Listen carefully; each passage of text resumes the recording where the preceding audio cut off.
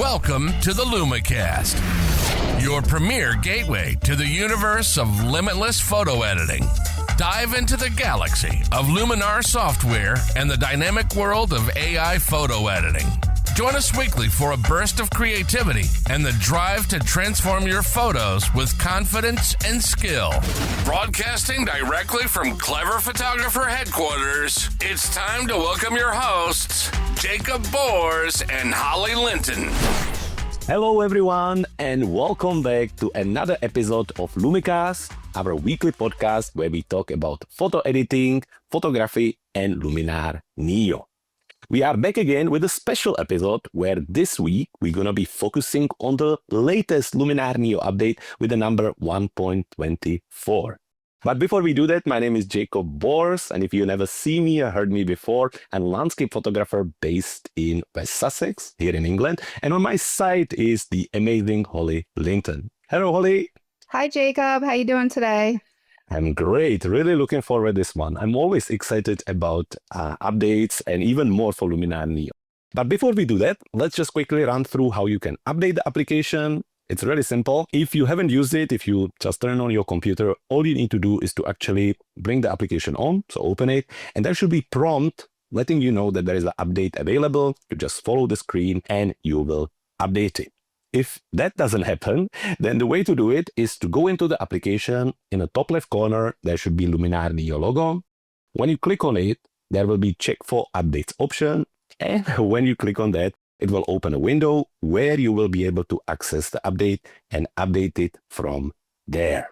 So that's how you install the update. And now it's time to look at the list of the updates coming with this latest version, number 1.24. All right. Well, the first update is going to be an auto adjust feature. So I'd love to hear more about it. Great. So starting with the big one, the auto adjust option will be, as Holly said, available in the Develop and Develop Raw tool. So both of the tools will have it in it. It's actually just a little button on the top of the tool itself, and it works very easily. You just press or click on it, and it will apply the auto adjustment. Of course, that once you do it, you're more than welcome to still apply any additional adjustments or tweak it, depending on the look you're looking for or what edit you want to create. Out of all the updates in this update, this auto adjust feature is only available for the Pro subscribers and the Upgrade Pass owners.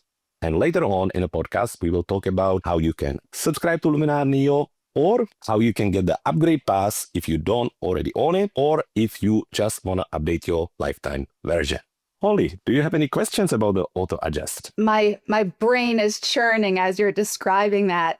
I have a question about the blacks and whites and the clipping. Does that mean that the auto adjust will automatically do that for you? So that's a great question. That's one thing I haven't actually mentioned. What the auto adjust actually adjust with sliders.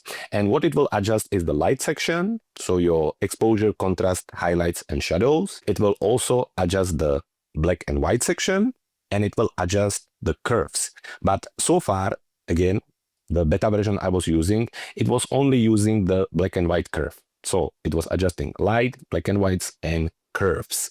And from what I saw, the adjustments with the black and whites, they were taking in consideration the clipping. So you're right, it should not go into the numbers or values where it would either overexpose or underexpose the photo.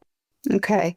And then my last question would be, do you see that feature being a great tool for a beginner, I would imagine, someone who doesn't quite understand how to edit yet, and for a more advanced user like yourself, it sounds like you'd be using it more for the preset aspect. Would there be a reason you would use that instead of Develop Raw and doing it all yourself? That's a great question, actually. And you're 100% right. I think the auto adjust will be a great new feature, especially for beginners or the users who are not so comfortable with the basic development. I like to call it basic development, but actually there is nothing basic about it. The beginning, the starting part of the photo editing process, which is done in Develop tool, is really important and you want it to do it quite well. So if you're not comfortable, I think this is where the auto adjust will help tremendously. Where I think it's going to be really handy for maybe more advanced users is for presets or for building it into their workflow. But more importantly, also it will speed up the process.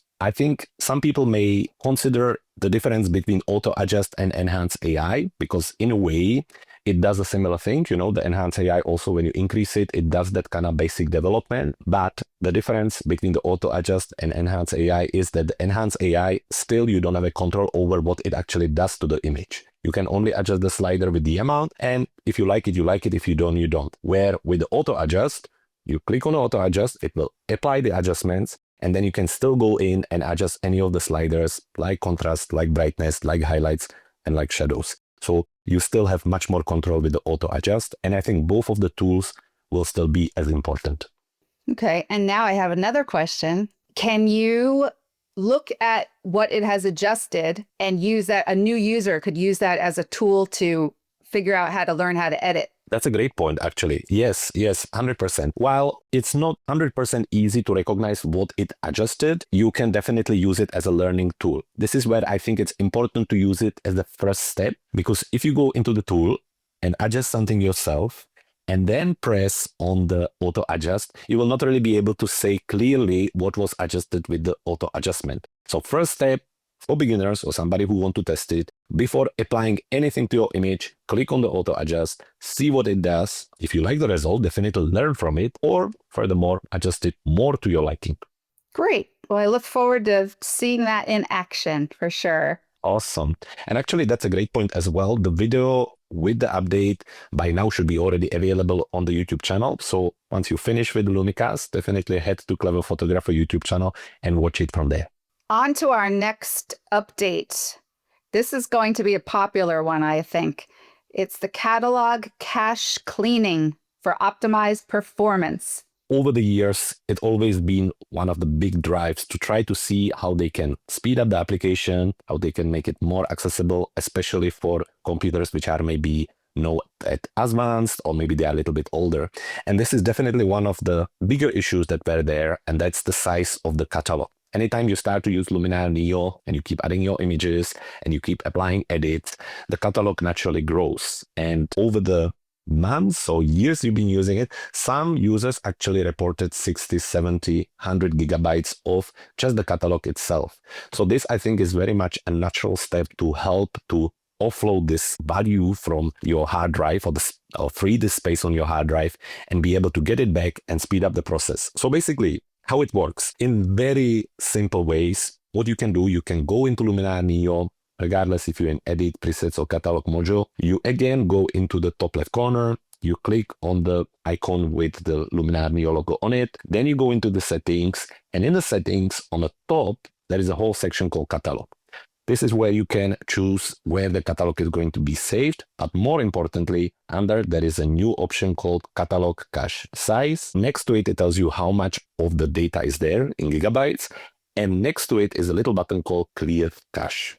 So if you see that there is a 20, 30 gigabytes or more or less, and you want to clear it, you just click on the button, clear the cache. It will clear this space, and it will not only free you space on your hard drive, but it will also speed up the editing process in the application. Sounds good. The need for speed. I do have a question, because I don't know if this cache clearing is what I think it is. I've had a problem where my internal drive, I only have 500 gigabytes, gets to be half full, say after a year's worth of edits.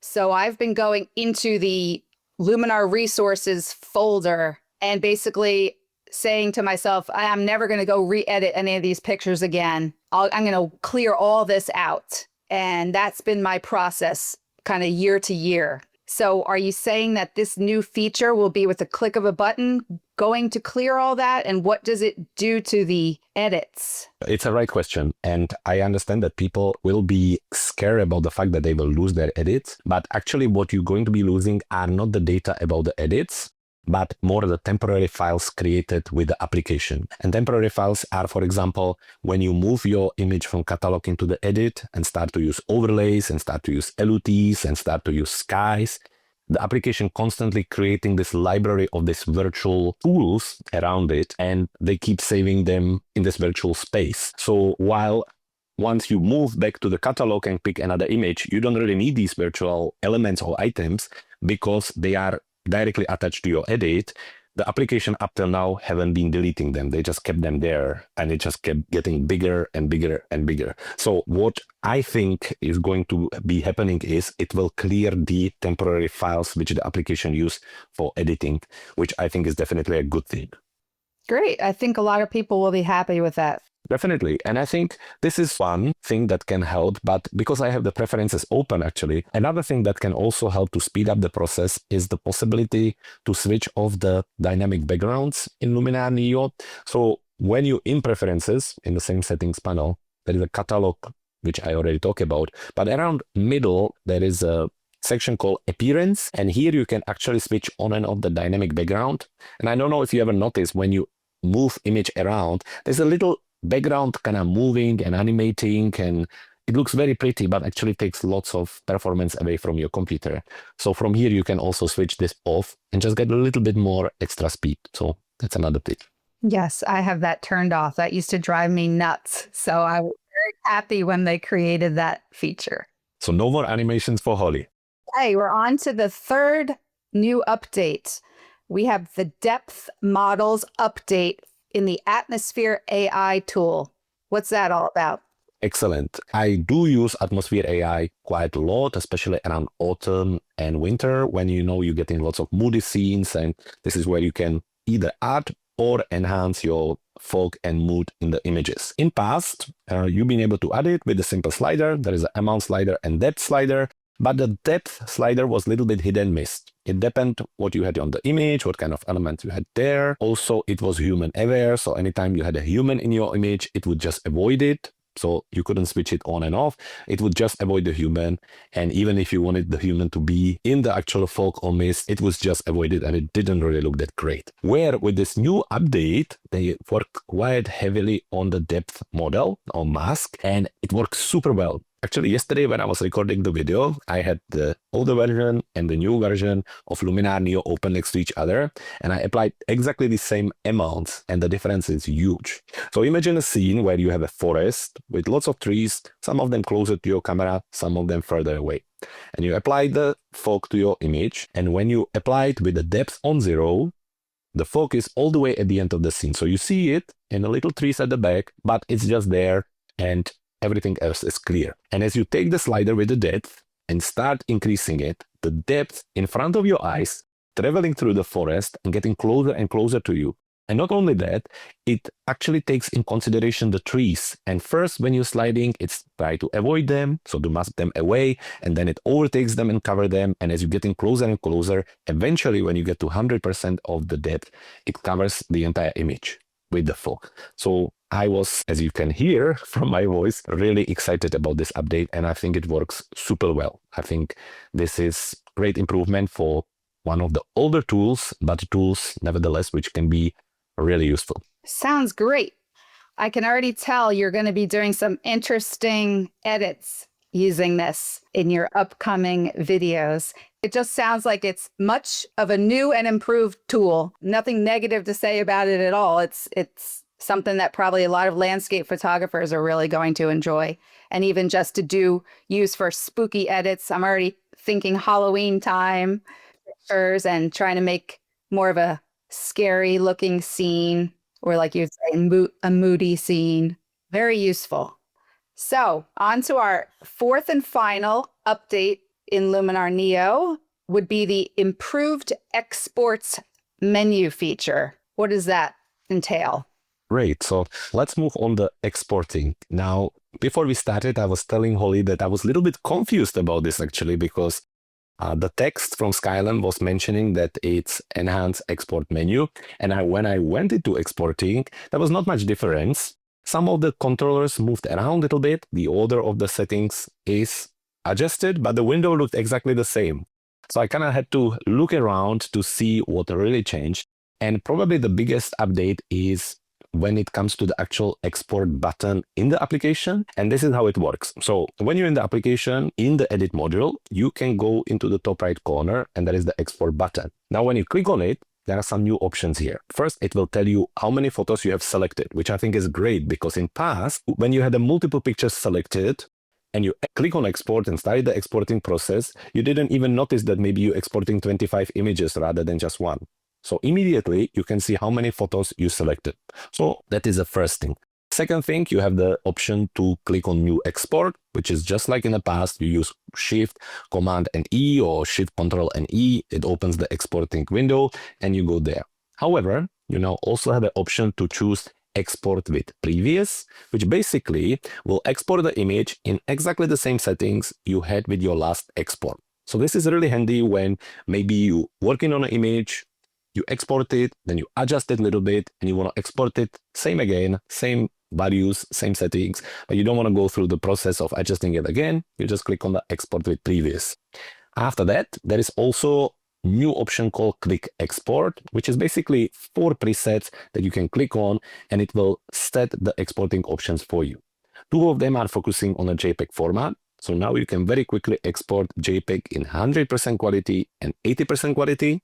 Just by clicking on the button, it will open the window. You choose where you want to export it, and that's it. And you can also export 2 TIFF formats, one of them in 16 bits and 8 bits. So this is really handy. I think lots of photographers will use the JPEG 100% quality or 80% quality. I think that will speed up the process. And I think that's a great little update there. Now, when we finally get into the exporting window, there is also a big addition here and something that I know that for 3 years, lots of photographers out there have been asking for, and that's the possibility to export in a DNG format. Now, the DNG format, in a very basic way, is a digital negative. So basically, it's a RAW format, which was created by Adobe. It's commonly used in Lightroom as well as Photoshop, and it's very popular. So now you have the possibility to export your photos in this format, which I know that lots of photographers out there will appreciate. So when you're going to be hearing about this exporting update, don't necessarily go into the exporting window itself, but head to the top right corner of the screen, click on the export button, and this is where all the new features are hidden. All right, I look forward to taking a look at these new export menu features and how that might change my exporting workflow, if that's the right word. I typically export one image at a time once I'm done editing so that I don't forget to export it. I'm sure all the new features will be very useful to our users. I do have one question about, though, you mentioned batch exporting. I'm curious, how do you rename your files? I typically would rename it, say, purple flower, dash image 123 or whatever. When you have 25 selected and export them, how do you rename them? That's a great question, actually. And I guess if you've never done it before, then you're not aware of it. But what actually happens is when you select multiple files and go for the export, when the window appears, it doesn't have the option to adjust the name. You cannot name it as anything. So what it's going to do, it will use exactly the same name as the original file and just add at the end of it the new format you're going to use. So if you're exporting your images in JPEG, they will have all these options there. And I think this is definitely one more thing that I would really like to see in the exporting menu, and that's being able to basically create like a naming convention. So let's say when you're exporting 20 files, I would like each file to have my name, maybe the date, and maybe like a sequence number, so 1 to 25. I think that would really help, because what it means now, when you export 25 files, you have to then go into the actual folder and rename them manually from there, which I don't think is really that great. So what else is there on our list? That covers all 4.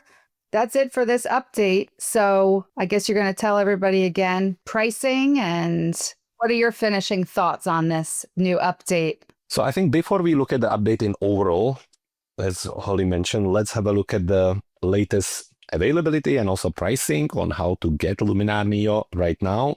Right now, Skylum is running their spring offer or spring sale, which is available until the 28th of April.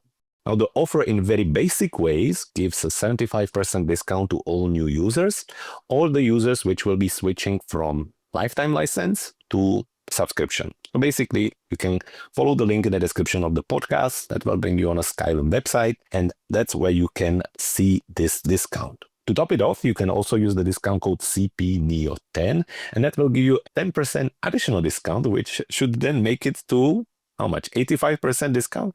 I don't know if that's right. Anyway, you will get more discount by using CP NEO 10. So that's how it's going to work there.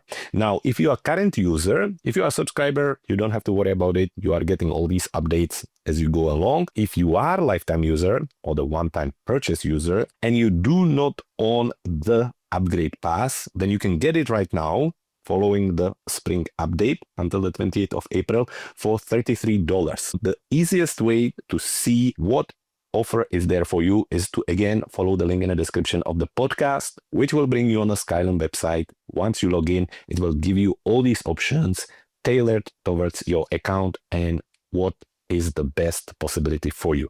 Just one more time, don't forget the CP NEO 10 that will give you the additional discount. So on the back of that, looking at the update itself, I think last update we had around the anniversary. Is that right? Yes, and that was a major update. So that was the 1.23. So this is probably the second biggest update of the year with some exciting news. I think especially hobbyists and beginner users, they will appreciate the auto adjustment. The catalog cache cleaning is a big one. Again, for those users who maybe have older machines, older computers, or laptops where you're struggling for size. I personally also have a laptop. The laptop has maybe just about 500 gigabytes. By the time you have your editing videos and photography and photo editing software, there's really not that much left. So this is a great option to optimize the space and the application. So I think that's a great update.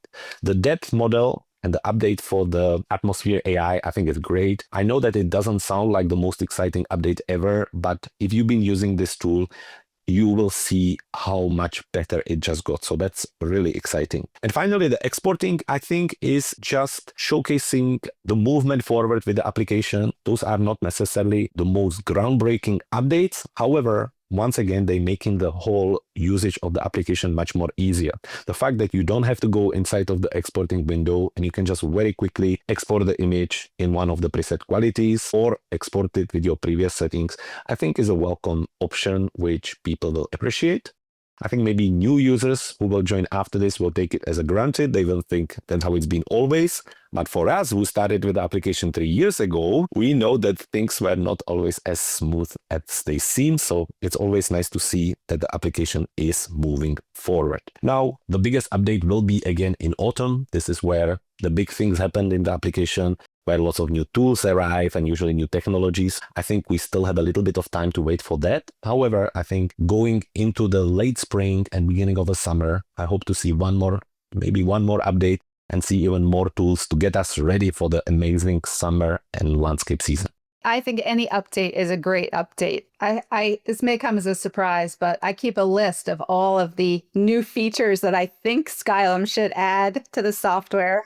So I'll submit that one day. Definitely, and that's the way to do it. I think the more people ask for features, the more possibility there is that they will come in the future. Okay, Holly, I think that brings us nicely towards the end of the podcast. We will be back again next week with the promised episode of the myths of editing in Luminar NEO. We're really excited about that, and with so many more topics. Now, since we are live now across the streaming platforms, we should say that you can listen to us on Spotify, Apple Music, also Prime and YouTube, and so many more platforms. So I hope that we're covering all your favorite ones.